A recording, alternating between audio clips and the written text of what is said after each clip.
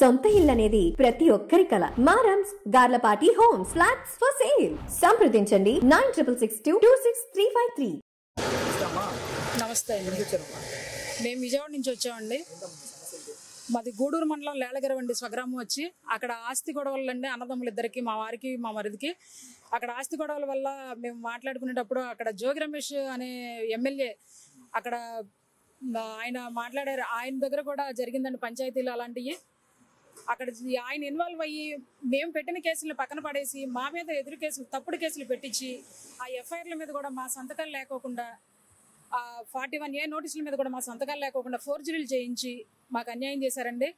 ఆ గత ప్రభుత్వంలో జరిగిన అన్యాయాన్ని నేను ఇక్కడ పవన్ కళ్యాణ్ గారి వరకు తీసుకొచ్చానండి. నేను ఇక్కడ 2 ఎమ్మెల్యేలు ఒక ఎంపీకి కూడా నేను అర్జీ పెట్టానండి. ఉదయ్ శ్రీనివాస్ గారండి ఎమ్మెల్యే వచ్చి నెల్లిమర్ల ఎమ్మెల్యే గారండి. తర్వాత ఈ పోలవరం ఎమ్మెల్యే గారండి. ఈ ఎమ్మెల్యేలు ఇద్దరు ఎంపీ కూడా నేను పెట్టిన అర్జీని చూసి వాళ్ళు అర్థం చేసుకొని ఈ డిపార్ట్మెంట్కి కూడా పంపించారండి. మచిలీపట్నం డిఎస్పీ గారి దగ్గరికి పంపించారండి. అక్కడ డిఎస్పీ గారు ఎస్ఐ గారి దగ్గరికి పంపించారండి. ఆ ఎస్ఐ గారు సిఐ గారి మీద కంప్లైంట్ ఉన్నప్పటికీ కూడా నేను ఈ పై అధికారి మీద నేనైతే ఏ న్యాయం చేయలేనని చెప్పి నాకు చెప్పారండి. అర్జీ కూడా తీసుకోలేదు. ఇక అక్కడ ఇప్పుడు ఇక్కడ నేను అర్జీ పెట్టానండి. ఇది 4వ సారి అండి వాళ్ళు రావటం. ఈ 4 సార్లు కూడా మరి పవన్ కళ్యాణ్ గారి వరకు వెళ్తుందా, ఈ వెళితే అక్కడ పోలీస్ డిపార్ట్మెంట్ వాళ్ళు అర్థం చేసుకోవట్లేదా, వాళ్ళు నిర్లక్ష్యం చేస్తున్నారా అనేది నాకు అనుమానంగా ఉందండి. ఇంతవరకు నాకైతే న్యాయం జరగలేదండి. నేను ఇది 4వ సారి అండి రావటం. నేను మళ్ళీ ఈరోజు కూడా అర్జీ ఇచ్చానండి. మరి ఏదైనా కానీ న్యాయం జరుగుద్దని నేను నమ్మి ఇక్కడ తిరగటం స్టార్ట్ చేశానండి.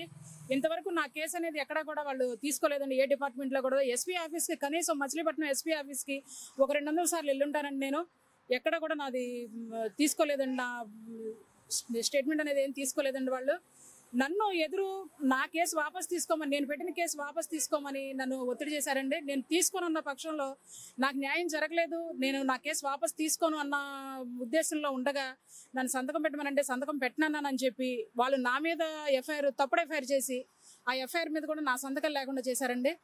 ఏదేమైనా కానీ ఇక్కడ 2 ఎమ్మెల్యేలకి ఒక ఎంపీకి ఇచ్చినా కూడా ఇంతవరకు న్యాయం జరగలేదంటే డిపార్ట్మెంట్ వాళ్ళ అసమర్థత ఏంటనేది నాకేం అర్థం కావట్లేదండి. వాళ్ళు నిర్లక్ష్యం చేస్తున్నారా ఈ ప్రభుత్వాన్ని ఏంటనేది నాకు అర్థం కావట్లేదండి. ఏదేమైనా సరే పవన్ కళ్యాణ్ గారి దృష్టికి తీసుకెళ్ళి నా సమస్యని మీరు తీర్చాలని నేను అనుకుంటున్నానండి.